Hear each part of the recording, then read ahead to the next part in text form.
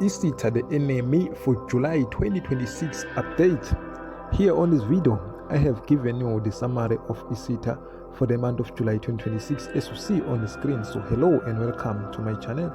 If you are new on the channel, please click subscribe to never miss my update. My update is for those as you see. For now, I'm going to read with you as you see on the screen on the 3rd of July 2026, episode 49.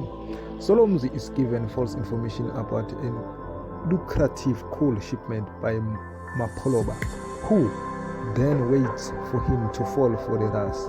Ignoring the danger, Solomzi proceeds with the hijacking scheme. On Monday, it will be a 6th of July 2026, episode number 50. This family strife over crime and treachery intensifies.